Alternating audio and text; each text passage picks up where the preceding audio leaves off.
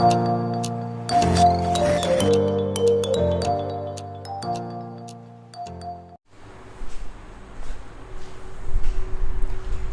Everyone, welcome to my channel and it is the lecture 6 of the chemical kinetics. हमने पहले lecture past lecture हमने already complete कर लिया है और जो लास्ट वाला लेक्चर था उसमें मैंने जीरो ऑर्डर काइनेटिक्स जो है वो मैंने स्टार्ट करा था। ठीक है, तो वहीं से स्टार्ट करता हूँ, फिर से थोड़ा सा रिवीजन भी हो जाएगा। जीरो ऑर्डर रिएक्शन क्या होता है? जब भी आप एक रिएक्शन कर रहे हो ए से बी, ठीक है, इसका जो रेट होगा, rate should be dependent on the zero power of the concentration. Okay, zero power of the concentration of the reactant. ये रिएक्टेंट है, ये आपका रिएक्टेंट है, इसका जो पावर होगा ये जीरो होना चाहिए, राइट। तो यहाँ पे आपका फाइनली क्या हो जाएगा, R is equal to K। तो पहला इक्वेशन आपको ये बनता है। ठीक है, तो सारा equation related to zero order kinetics आपको याद रखना है। ठीक है, सबसे पहला है आपका ये। ठीक है, आपका जीरो ऑर्डर रिएक्शन मतलब जो रेट होगा वो इंडिपेंडेंट ऑफ कंसंट्रेशन हो जाएगा, क्योंकि इसका पावर जीरो आ रहा है, और इंडिपेंडेंट ऑफ टाइम भी होता है। ये बात आपको हमेशा याद रखना है। ठीक है, तो रेट इज इंडिपेंडेंट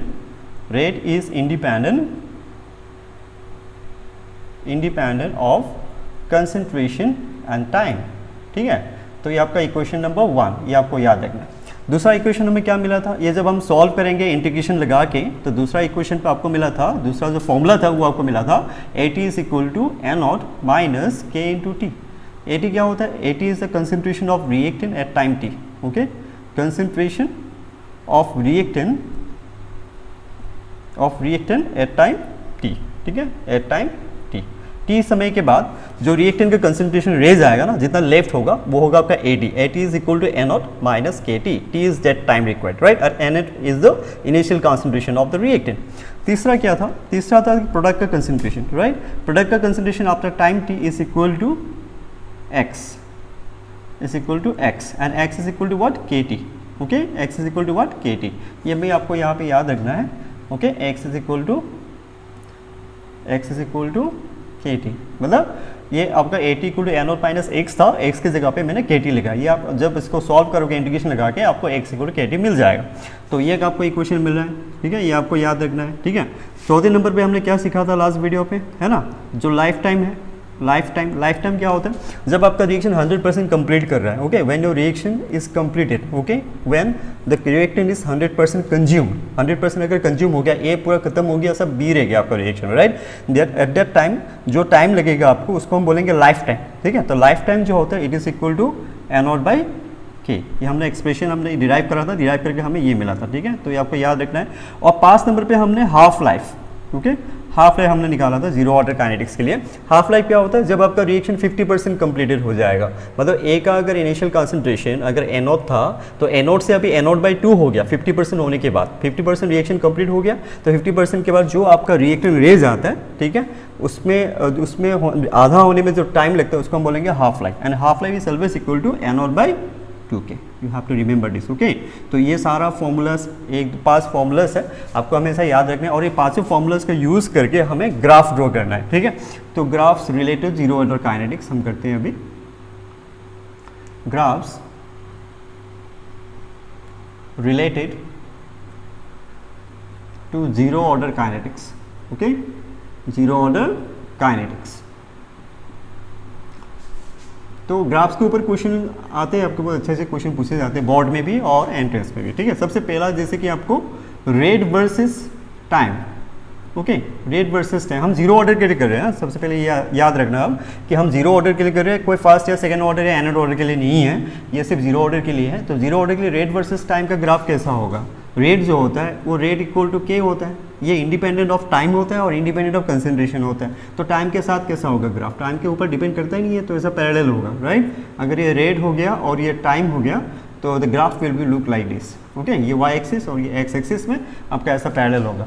2 नंबर पे ग्राफ कैसा हो सकता है? Rate versus concentration. Rate versus concentration, ठीक है, concentration of reactant after time t। ठीक है, ये आप AT लगा सकते हो। ठीक है, AT लगा सकते हैं कंसंट्रेशन। तो रेट वर्सेस AT, तो रेट वर्सेस AT, तो कंसंट्रेशन के ऊपर भी इंडिपेंडेंट है ना। मैंने यहाँ पे लिखा है कि rate is independent of concentration. Concentration मतलब concentration of the reactant. AT के ऊपर डिपेंड नहीं करेगा और टाइम के ऊपर भी डिपेंड नहीं करता है। ठीक है, तो रेट वर्सेस कंसंट्रेशन का जो ग्राफ होगा वो भी ऐसे पैरेलल की तरह होगा। ठीक है, तीसरा ग्राफ में आता हूँ। तीसरा ग्राफ मैं यहाँ पे ड्रॉ करता हूँ।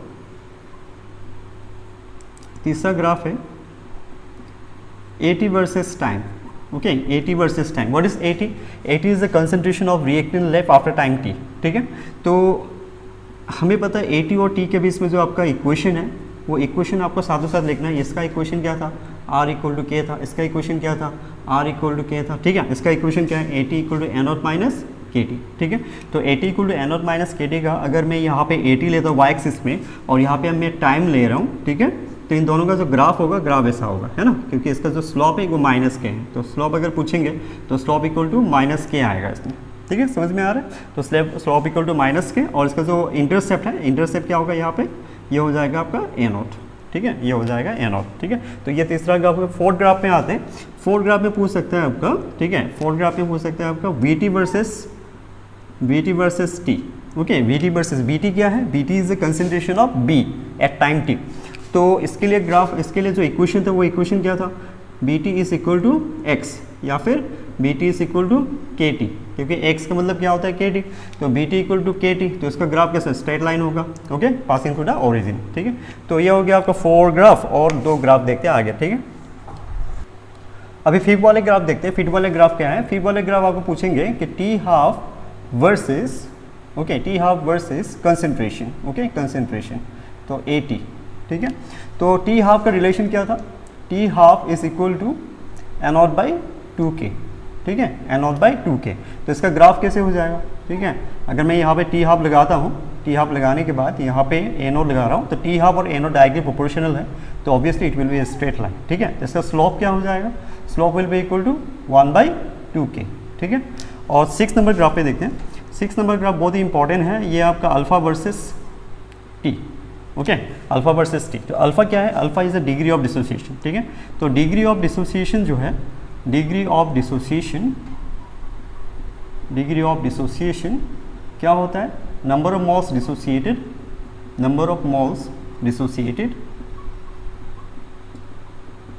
Divided by initial number of moles taken, divided by initial number of moles taken. कितना मोल डिसोसिएट हुआ है, आपने इनिशियली कितना लिया था. ठीक है, ऊपर क्या लिखना है? कितना मोल डिसोसिएट हुआ है, और नीचे क्या लिखना है आपका? कितना मोल्स आपने लिया था. जैसे कि ये वाला रिएक्शन था, A से B हो रहा था, तो यहाँ पे हमने इनिशियली A0 लिया था. ठीक है, T इक्वल टू 0 पे, और T इक्वल टू T पे क्या हो गया था? T इक्वल टू T पे N0 माइनस x हो गया था. x क्या हो रहा है? डिसोसिएटेड हो रहा है. तो ऊपर आपको x लिखना है, ठीक है, नीचे आपको A0 लिखना है. फिर x मतलब क्या होता है? KT divided by A0. इधर क्या हो जाएगा? डिग्री ऑफ डिसोसिएशन मतलब होता है अल्फा. तो ये हो गया आपका एक नया फॉर्मूला. ठीक है, डिग्री ऑफ डिसोसिएशन किसके साथ? टाइम के साथ. तो डिग्री ऑफ डिसोसिएशन टाइम के साथ अगर ग्राफ में ड्रॉ करते हो alpha equal to KT by A0, तो यहाँ पे भी आपका स्ट्रेट लाइन होगा. ठीक है, यहाँ पे भी आपका स्ट्रेट लाइन होगा इस तरह का. अगर ये अल्फा वर्सेस T है तो यहाँ पे भी आपका स्ट्रेट लाइन होगा. ठीक है, और इसका जो स्लोप होगा, स्लोप क्या हो जाएगा? Slope will be equal to K by A0. ठीक है, स्लोप जो होगा it will be K by A0. Okay, K by A0. ठीक है, K बाई A0. तो ये बात आपको याद रखना है इस तरह से कि alpha equal to KT by A0 होता है. किसके लिए हम कर रहे हैं? ये जीरो ऑर्डर काइनेटिक्स के लिए कर रहे हैं. ठीक है, तो 6 ग्राफ मैंने आप लोगों को कराया है, इन 6 ग्राफ सबको याद रखना. ठीक है, तो अभी चलो कुछ इंपॉर्टेंट रिएक्शन करते हैं जो स्पेशली सिर्फ जीरो ऑर्डर काइनेटिक्स के लिए है. Okay, some examples of zero order kinetics. Okay, zero order kinetics.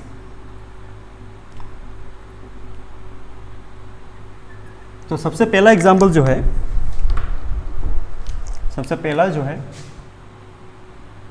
वो है फोटोकेमिकल रिएक्शंस. ओके, वो है आपका फोटोकेमिकल रिएक्शंस. तो फोटोकेमिकल रिएक्शंस, ठीक है, जैसे कि for example H2 plus Cl2. Okay, H मैंने दिए यहाँ पे. फोटोकेमिकल का मतलब आपको फोटोन से रिएक्शन कराना है. ठीक है, इसमें आपको मिलेगा 2 मोल ऑफ HCl. तो this is a photochemical reactions, the reaction which occurs with the help of the photons. Right, तो ये वाला जो रिएक्शन है इसका जो रेट होगा R equal to, experimentally it is found that R equal to K concentration of H to the power 0 and concentration of chlorine to the power 0. मतलब ये दोनों ही क्या है? Zero order kinetics, right. ये रिएक्शन क्या हो गया तब तो जीरो ऑर्डर काइनेटिक्स हो गया, राइट। तो ये एक्सपेरिमेंटल फाइंडिंग है, हाँ एक्सपेरिमेंटल फाइंडिंग है कि ये वाला जो पार्टिकुलर ये वाला रिएक्शन जो है ये आपका क्या है, जीरो ऑर्डर काइनेटिक्स है और ये फोटोकेमिकल रिएक्शन है।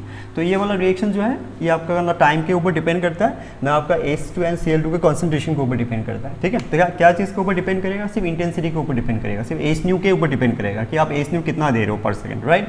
तो ज़्यादा इंटेंसिटी होगा तो ज़्यादा रेट होगा, ठीक है। तो कोई भी फोटोकेमिकल रिएक्शन जो होता है वो सिर्फ आपका लाइट के इंटेंसिटी के ऊपर ही डिपेंड करता है, ठीक है। जितना ज़्यादा इंटेंसिटी होगा उतना ज़्यादा स्पीड होगा, उतना ज़्यादा रेट ऑफ रिएक्शन ज़्यादा होगा, ठीक है। तो ये पहला एग्जांपल। दूसरा एग्जांपल लेते हैं, ठीक है। Enzyme catalysed reaction, enzyme catalysed reactions, ठीक है। तो जितना भी एंजाइम कैटालाइज्ड रिएक्शन है are zero order kinetics, okay, enzyme catalysed reaction. और नंबर 3 पे आते हैं, ये तो बायोकेमिकल रिएक्शन हो गया ना, बायोकेमिकल रिएक्शन। तो बायोकेमिकल रिएक्शन का एग्जांपल लिखने की जरूरत नहीं है, कोई भी एंजाइम कैटालाइज्ड रिएक्शन होगा वो हमेशा जीरो ऑर्डर काइनेटिक्स होगा, ठीक है। फिर डिसोसिएशन ऑफ गैसेस, ये हमने ऑलरेडी किया है पहले वाले लेक्चर में, dissociation of gases, okay, at solid surface, at solid surface at high pressure, at high pressure, ठीक है। अगर हाई प्रेशर होगा तो वो जीरो ऑर्डर काइनेटिक्स होगा, अगर वो आपका मतलब लो प्रेशर पे होता है तो फास्ट ऑर्डर काइनेटिक्स होता है। कल हमने पढ़ा था पहले वाले लेक्चर, इसका जो आपका फिट वाला लेक्चर था उसमें हमने बताया था 5 पॉइंट आपको बताया था क्या क्या चीज़ के ऊपर डिपेंड करता है रेट ऑफ रिएक्शन, राइट। तो अगर कंडीशन के ऊपर भी डिपेंड करता है, कंडीशन मतलब प्रेशर, टेम्परेचर, वॉल्यूम, उसके ऊपर भी डिपेंड करता है। जैसे कि ये वाला रिएक्शन प्रेशर के ऊपर डिपेंड कर रहा है, हाई प्रेशर पे हो गया तो ये डिसोसिएशन ऑफ गैसेज जो है सॉलिड सर्फेस में ये क्या हो गया, वो जीरो ऑर्डर काइनेटिक्स। अगर ये लो प्रेशर पे होता है ये फर्स्ट ऑर्डर काइनेटिक्स होता है। तो ये 3 जो इंपॉर्टेंट मैंने एग्जाम्पल आप लोगों को बताया आपको हमेशा याद रखना है, ठीक है। तो चलो आगे कुछ इंपॉर्टेंट कैरेक्टरिस्टिक करते हैं। अभी चलो कुछ इंपॉर्टेंट कैरेक्टरिस्टिक करते हैं। सबसे पहला जो कैरेक्टरिस्टिक्स है ये बहुत इंपॉर्टेंट है, हाँ ये आपको याद रखना क्या है, जीरो ऑर्डर का मतलब कैरेक्टरिस्टिक्स है, ओके। पहला ये है कि equal amounts of reactants reacts, okay, reacts at equal interval of time, at equal interval of time, at equal interval of time, ठीक है, at equal interval of time. इसका बोलने का मतलब क्या है, देखो ध्यान से, इक्वल अमाउंट है, हाँ इक्वल परसेंटेज नहीं, ये बात आपको याद रखना है। सपोज मैंने क्या किया, इनिशियल जो रिएक्टेंट है वो मैंने 100 ग्राम लिया, ठीक है, और मैं सपोज करता हूँ कि 10 मिनट में 10 ग्राम रिएक्ट करता है, ठीक है, लेट अस कंसीडर, ओके। 10 ग्राम रिएक्ट है ना 10 मिनट, ठीक है।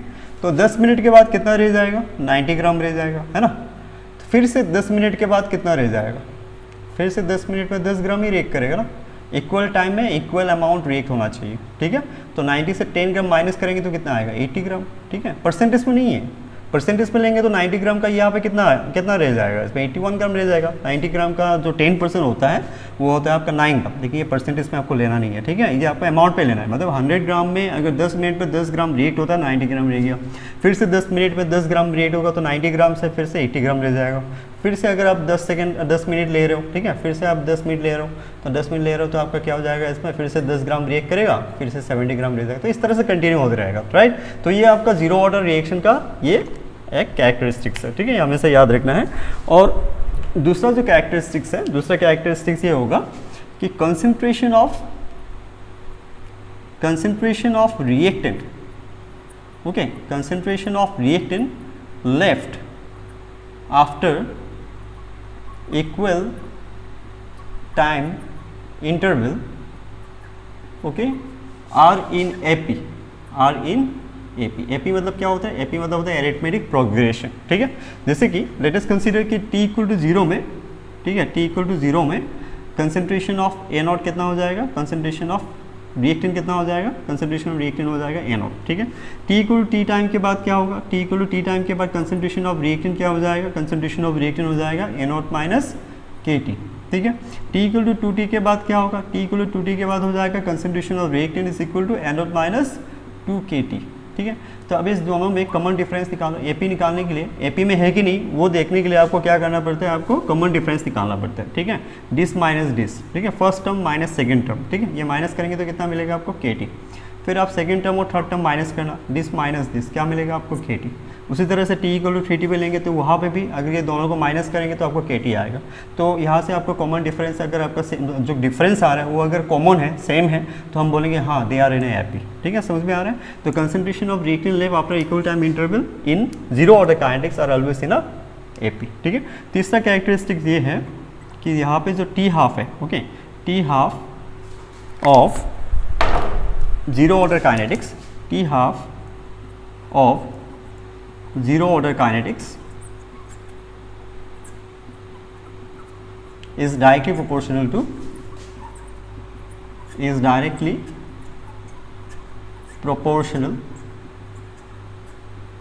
to इनिशियल कॉन्सेंट्रेशन, है ना, क्योंकि इसका जो फॉर्मूला आया था क्या आया था, T half is equal to m0/2k। ठीक है, इसलिए तो ये कैरेक्टरिस्टिक से है। ठीक है, फर्स्ट ऑर्डर में इंडिपेंडेंट होता है, सेकेंड ऑर्डर में इन्वर्सली होता है, और जीरो ऑर्डर पे टी हाफ जो है वो डायरेक्टली प्रोपोर्शनल होता है। ठीक है, तो यह कैरेक्टरिस्टिक है जीरो ऑर्डर का, आपको ये याद रखना। तो ये तीन आपका कैरेक्टरिस्टिक पढ़ने के बाद अभी हम देखते हैं, कुछ क्वेश्चन करते हैं। ठीक है, चलो अभी कुछ क्वेश्चन करते हैं। पहला क्वेश्चन है, a particular reaction gets completed 20% in 20 minutes, ठीक है, in 20 minutes and 40% in 40 minutes। ठीक है, find order of reaction and rate constant। ठीक है, रेट कांस्टेंट भी निकालने के लिए बोला है आपको। ठीक है, तो अभी यहाँ पे ध्यान से देखो, इसमें आपको रेट निकालने के लिए, रेट कांस्टेंट निकालने के लिए बोला है और आपको ऑर्डर भी निकालने के लिए बोला है। तो सबसे पहले यहाँ पे ध्यान देना है, आपको डाटा क्या दिया हुआ है ना, 20% इन 20 मिनट एंड 40% इन 40 मिनट। ठीक है, तो अगर 20 मिनट में अगर 20% हो रहा है और 40 मिनट का 40% हो रहा है, तो आप देखा देखिए ये जीरो ऑर्डर काइनेटिक्स से हो रहा है ना, देखने में तो लग ही रहा है जीरो ऑर्डर काइनेटिक्स है, लेकिन हम इस तरह से हम गारंटी नहीं दे सकते। ठीक है, इस तरह से डायरेक्ट आप नहीं लिख सकते हो, आप इसको एक मेथड है हिडन ट्रायल मेथड से करना, उससे आपको कंफर्म हो जाएगा कि ये जीरो ऑर्डर काइनेटिक्स है कि नहीं है। तो हिडन ट्रायल मेथड होता क्या है, हिडन ट्रायल मेथड सबसे पहले आपको जीरो ऑर्डर काइनेटिक्स यूज़ करना पड़ेगा। ठीक है, तो जीरो ऑर्डर काइनेटिक्स यूज़ करके इस वाले डाटा और इस वाले डाटा, दोनों डाटा पे आपको के का वैल्यू निकालना है। अगर के का वैल्यू सेम आ गया, कांस्टेंट आ गया, तो आप ये जीरो ऑर्डर काइनेटिक्स है, आप ये कंफर्म कर सकते हो। ठीक है, अगर जीरो ऑर्डर पे नहीं हो रहा है, के का वैल्यू सेम नहीं हो रहा है दोनों कंडीशन पे, तो आपको फर्स्ट ऑर्डर के लिए देखना है। ठीक है, फर्स्ट ऑर्डर में के का वैल्यू निकालना है। अगर फर्स्ट ऑर्डर में भी के का वैल्यू अगर सेम नहीं आ रहा है, तो आपको सेकंड ऑर्डर के लिए देखना है। ठीक है, तो इस तरह से ये प्रोसीजर होता है, इसको हम बोलते हैं हिडन ट्रायल मेथड। तो इसका सोल्यूशन मैं करता हूँ हिडन ट्रायल मेथड से। ठीक है, तो ऐसे तो मैं डायरेक्ट लिख सकता था कि ये जीरो ऑर्डर काइनेटिक्स से है। ठीक है, order of the reaction is zero, direct लिख सकता था, लेकिन हिडन ट्रायल मेथड से ज़्यादा अप्रोप्रिएट होगा। तो हिडन ट्रायल मेथड कैसे करते हैं, देखो यहाँ पे हिडन ट्रायल मेथड आपका देखिए, A naught A T equal to क्या होता है, जीरो ऑर्डर काइनेटिक्स के लिए A T is equal to क्या होता है, A not minus K T होता है ना, A T is equal to A not minus K T. तो यहाँ से आप के निकाल देना। ठीक है, तो के कैसे निकालोगे, ए टी मतलब concentration of reactant level after time T. तो अगर 20% रिएक्टेंट हो रहा है, 20% कंप्लीट हो रहा है, तो कितना रह जाएगा 80। तो आप 80 की जगह 80 लिखना। ए नॉट कितना लिखोगे, 100% पे है ना, तो हमेशा टोटल जो होता है, फाइनल इनिशियल जो होता है, मतलब इनिशियल जो होता है वो 100 आपको लेना है, माइनस के इंटू टी, टी कितना है 20। तो यहाँ से आप के निकाल दो, के इक्वल टू कितना आएगा 1 आएगा इसमें, है ना। तो फिर आप क्या करना, ये तो आपका पहला कंडीशन के लिए हो गया। कौन से कंडीशन के लिए हो गया, 20% वाले के लिए हो गया। अभी आपको क्या करना है, आपको 40% के लिए चेक करना है। ठीक है, 40% के लिए चेक करना है। तो 40% के लिए 80 is equal to A not minus K T. तो 80 क्या आएगा, 80 आपका है यहाँ पे 40% कंप्लीट हो गया ना, तो कितना रह जाएगा 60 रह जाएगा। ए नॉट कितना होगा 100 माइनस के इंटू 40। तो यहाँ पे भी आपका के का वैल्यू क्या आने वाला है 1। तो आपने जो इक्वेशन यूज़ किया है उसी का, ठीक है, रेट मतलब ऑर्डर होगा। तो आपने जीरो ऑर्डर रिएक्शन आपने यूज़ करा, और के का वैल्यू आपका सेम आ रहा है, के इक्वल टू 1 आ रहा है यहाँ पे भी और यहाँ पे भी। तो ये जीरो ऑर्डर काइनेटिक्स है, ये कंफर्म है मतलब। ठीक है, और रेट कांस्टेंट कैसे निकालोगे, रेट कांस्टेंट यही निकल के आ गया आपका के इक्वल टू 1। रेट कांस्टेंट का वैल्यू क्या है 1। ठीक है, तो ये एक क्वेश्चन हो गया। दूसरा और एक क्वेश्चन करते हैं। दूसरा जो क्वेश्चन है, इस वाले क्वेश्चन में बोला है आपको कि फॉर ए रिएक्शन 3A से, फॉर ए रिएक्शन 3A से P हो रहा है। ठीक है, 3A से P हो रहा है, और इसमें बोला है कि रेट जो है, rate is equal to K concentration of A to the power 0। तो rate law expression is given to you. Okay, और यहाँ से आपको पता चल रहा है कि ये जीरो ऑर्डर काइनेटिक्स है। 3A से जो P हो रहा है ये जीरो ऑर्डर काइनेटिक्स है, और इसमें आपको निकालने के लिए बोला है calculate concentration of A, calculate the concentration of A, ठीक है, एट टाइम टी, ठीक है, एट टाइम टी। तो टी टाइम पे इसका कंसंट्रेशन क्या होगा ये निकालने के लिए बोले। तो टी टाइम पे जो इसका कंसंट्रेशन होता है हम लोग कैसे निकाल रहे हैं, डायरेक्ट फॉर्मूला है ना इसका एक डायरेक्ट फॉर्मूला है, डायरेक्ट फॉर्मूला करते हैं, वो है A T is equal to A not minus K T, ठीक है। तो यहाँ पे आपको ए टी निकालने के लिए बोला है, ठीक है। तो ए टी ए नॉट कितना हो जाएगा, ए नॉट तो आपको दिया हुआ नहीं है, मतलब एक एक्सप्रेशन निकल के आएगा, न्यूमेरिकल आंसर नहीं आने वाला यहाँ पे। तो ए नॉट माइनस के, देखो ये ए के लिए निकालने के बोला है तो आपको ये के ए होना चाहिए, ठीक है। और के ए जो है, के ए इक्वल टू क्या होगा, हमने पहले वाले लेक्चर में हमने पढ़ा था, कोई भी, ठीक है, कोई भी स्पेसिस के लिए जो आपका रेट कांस्टेंट होता है वो हमेशा इक्वल टू क्या होता है, rate constant of the reaction into stoichiometric coefficient of that reactant. तो इस वाले रिएक्टेंट का स्टोइकोमेट्रिक कोएफिशिएंट क्या है, 3 है। तो ऑब्वियसली k इंटू 3, मतलब के ए की जगह क्या लिखेंगे, 3k।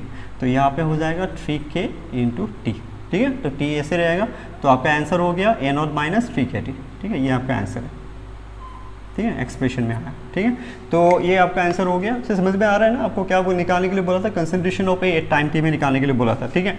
तो कंसंट्रेशन ऑफ ए का जो एक्सप्रेशन होता है जीरो ऑर्डर के लिए वो तो यही होता है, दूसरा तो और कुछ होगा नहीं। लेकिन आपको याद रखना है ए के लिए निकालने के लिए बोला है ना, तो ए डी ये आपका ए के लिए है, ए भी आपका ए का इनिशियल कंसंट्रेशन है, और के भी आपका ए का ही होना चाहिए, के ए होना चाहिए, मतलब, ठीक है।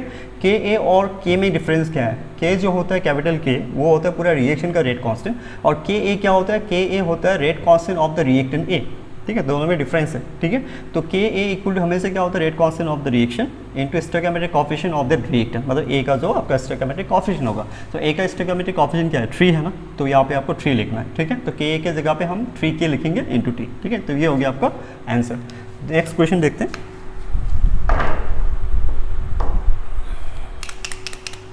नेक्स्ट क्वेश्चन है 5/2 ए से पी हो गया, ठीक है, प्रोडक्ट हो गया, और इसमें बोला है कि रेट जो है, रेट इक्वल टू के ए टू द पावर 0। तो ये जीरो ऑर्डर काइनेटिक्स है, ऑलरेडी रेट लॉ एक्सप्रेशन में आपको बता दिया यहाँ पे। और आपको निकालने के लिए बोला है calculate the T half, calculate T half of A, ठीक है, ए का टी हाफ निकालने के लिए बोला है। तो ये कंसंट्रेशन इधर इसी में होगा, सिर्फ ए लिखिए, okay, concentrate find the, okay, T half of A.